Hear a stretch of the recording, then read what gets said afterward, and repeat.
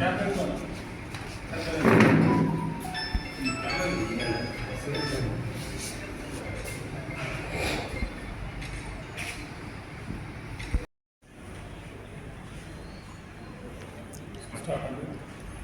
Sir.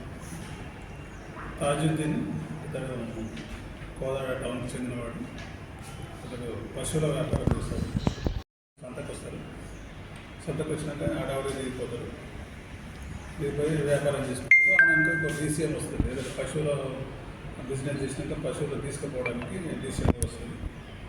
తర్వాత ఒక 10 నిమిషాల తర్వాత చూస్తే దేవేంద్ర అనేవాడు బొలెరో వెహికల్లో పడుకుంటాడు. అరే బాబు అలా డబ్బులు ఉన్నాయి, ఎందుకు పడుకున్నావు, దిగిరా అంటాడు. దిగి వెళ్ళిపోతాడు. తర్వాత చూసుకున్నాక 10 lakhs 10.5 lakhs ఉండవు. దీని మీద అతను వాళ్ళని అడుగుతాడు, మీరే ఉన్నారు కదా, మీకే తెలుసు అని. అతను 16th 17th రోజు కూడా అడుగుతాడు. కానీ వాళ్ళు ఎలాంటి ఒప్పుకోరు. మనకి 18th రోజు కంప్లైంట్ ఇస్తాడు.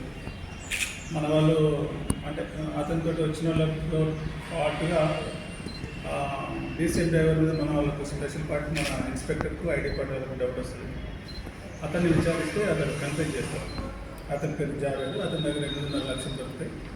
ఇంకో అతనికి 2.5 లక్షలు 2 లక్షలు హయతలికి మొత్తం 10.5 లక్షలు రికవర్ అయినాయి. దీనికి డీసీఎం డ్రైవర్ను అరెస్ట్ చేయకుండా అదే డీసీఎం డ్రైవర్ జావేదు, ఇంకో అతనికి సపోర్ట్ చేసినప్పుడు హయతలి.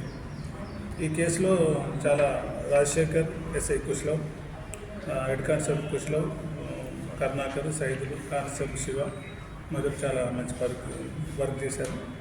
దీనికి ఎస్పీ గారు కూడా వాళ్ళని అభినందించాడు. తగిన రివార్డు కూడా అందజేస్తూ ఉన్నారు.